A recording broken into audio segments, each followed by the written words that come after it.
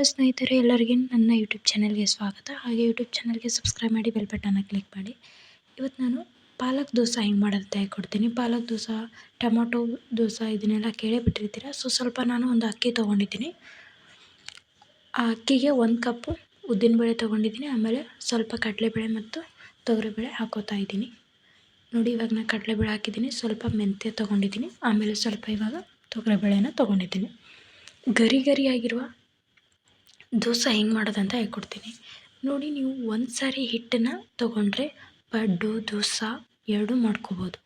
So ನೀವು ದೋಸೆ ಪಡ್ಡೊಳಗೆ ಬೇರೆ ಬೇರೆ ನಾನಾ ರೀತಿ ಪುದೀನ ದೋಸೆ, ಪಾಲಕ್ ದೋಸೆ, ಟೊಮ್ಯಾಟೊ ದೋಸೆ 3 ರೆಸಿಪಿನ ಮಾಡ್ಬೋದು. ಆಮೇಲೆ ಇದನ್ನು ಬಿಟ್ಟು ಸೆಟ್ ದೋಸೆ, ಮಸಾಲೆ ದೋಸೆ, ನಾರ್ಮಲ್ ದೋಸೆ ಮತ್ತು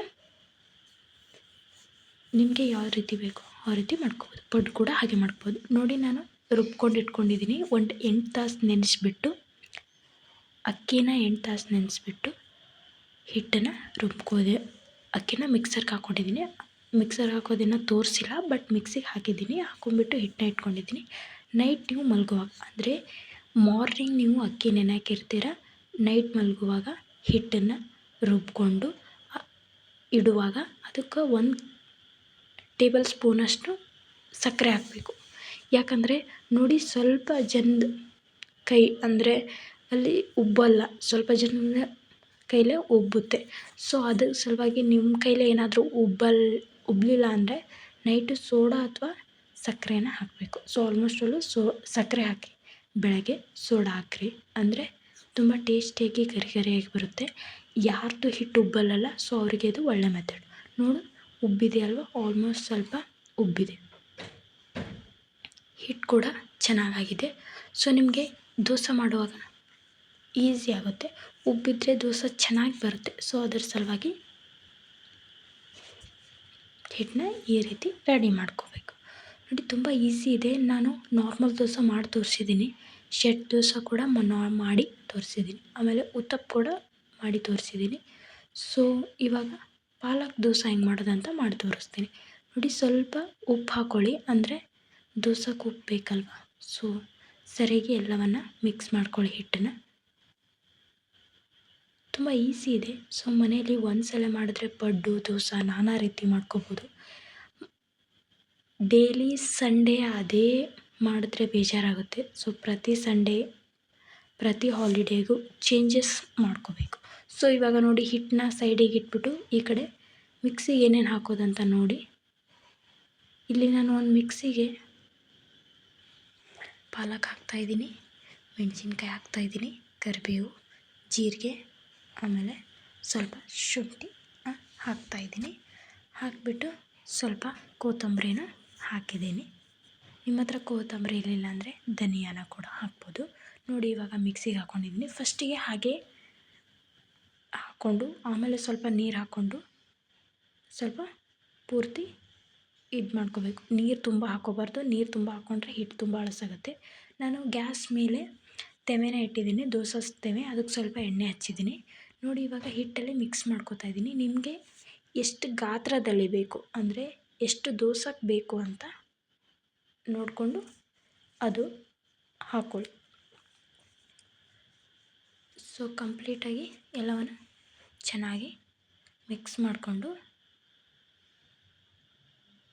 ದೋಸೆದ ಹಿಟ್ಟನ್ನ ರೆಡಿ ಮಾಡ್ಕೊಳ್ಳಿ.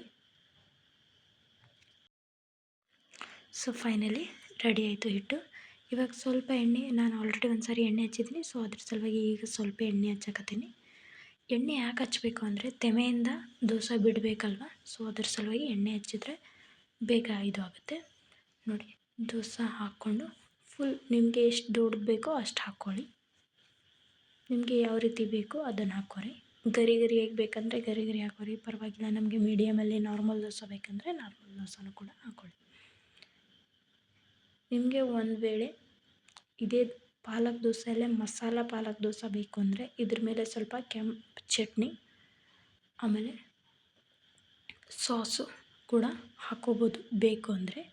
ಮಕ್ಕಳು ಸಪ್ರೇಟಾಗಿ ತಿನ್ನಲ್ಲ, ಸೊ ಅದ್ರ ಸಲುವಾಗಿ ಇದಕ್ಕೆ ಸ್ವಲ್ಪ ಖಾರ ಗೀರ ಹಾಕ್ಕೊಂಡು ಕೂಡ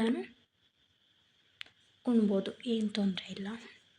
ನೋಡಿ, ಎಷ್ಟು ಚೆನ್ನಾಗಿ ತೂತಾಗಿ ಎಷ್ಟು ಚೆನ್ನಾಗಿ ಆಗಿದೆ ದೋಸೆ. ಸೊ ಇವಾಗ ನೋಡಿ ಈ ಎಣ್ಣೆ ಹಾಕಿರೋದ್ರಿಂದ ತುಂಬ ಈಸಿಯಾಗಿ ಬರ್ತಾಯಿದೆ. ನೋಡಿ ಕಂಪ್ಲೀಟಾಗಿ ಚೆನ್ನಾಗಾಗಿದೆ. ನಿಮಗೆ ಕಟ್ಟಿದ್ದು ದೊಡ್ಡದು ಬೇಕಂದರೆ ಇನ್ನೊಂದು ಸ್ವಲ್ಪ ದೊಡ್ಡದು ಹಾಕ್ಕೊಂಡು ಸ್ವಲ್ಪ ಹೊತ್ತು ಜಾಸ್ತಿ ಹೊತ್ತು ಬಿಡಬೇಕಷ್ಟೆ. ತುಂಬ ಈಸಿಯಾಗಿರುವ ದೋಸೆ ಮನೆಯಲ್ಲೇ ಹೆಂಗೆ ಮಾಡೋದಂತ ಹೇಳ್ಕೊಟ್ಟಿದ್ದೀನಿ ನಾನು. ಸೊ ನಾನು ಒಂದು ದೋಸೆ ರೆಡಿಯಾಗಿದೆ ಆಲ್ಮೋಸ್ಟ್. ಆಮೇಲೆ ಸೆಕೆಂಡ್ ದೋಸೆಗೆ ನಿಮಗೆ ಬೇಕು ಅಂದರೆ ಮೇಲ್ಗಡೆ ಕೊತ್ತಂಬರಿ ಕೊತ್ತಂಬರಿ ಬೇಕು ಅಂದರೆ ಈರುಳ್ಳಿನೂ ಕೂಡ ಮೇಲ್ಗಡೆ ಆ್ಯಡ್ ಮಾಡ್ಕೋಬೋದು.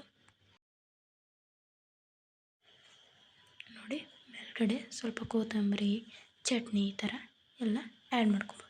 ನೋಡಿ ಫೈನಲಾಗಿ ರೆಡಿಯಾಗಿದೆ. ನಾನು ಚಟ್ನಿನ ಇದ್ರ ಜೊತೆಗೆ ತೋರಿಸಿಲ್ಲ, ಟೊಮ್ಯಾಟೊ ಚಟ್ನಿನ. ಸೊ ಆಮೇಲೆ ರೆಡ್ ಕಲರ್ ಟೊಮೊಟೊ ಚಟ್ನಿನ ಆಮೇಲೆ ತೋರಿಸಿದ್ದೀನಿ. ನಿಮಗೆ ನಮ್ಮ ವಿಡಿಯೋ ಇಷ್ಟ ಆಗಿದ್ದರೆ ಕಮೆಂಟ್ ಮಾಡಿ, ಶೇರ್ ಮಾಡಿ, ಸಬ್ಸ್ಕ್ರೈಬ್ ಮಾಡಿ. ಆಮೇಲೆ ನಮ್ಮ ಯೂಟ್ಯೂಬ್ ಚಾನಲ್ಗೆ ವಿಸಿಟ್ ಕೊಟ್ಟಿದ್ದಕ್ಕಾಗಿ ಹೃದಯಪೂರ್ವಕ ಧನ್ಯವಾದಗಳು. ಹಾಗೆ ಸಪೋರ್ಟ್ ಮಾಡ್ತಾಯಿರಿ. ಯೂಟ್ಯೂಬ್ ಚಾನಲ್ಗೆ ಸಬ್ಸ್ಕ್ರೈಬ್ ಮಾಡಿ.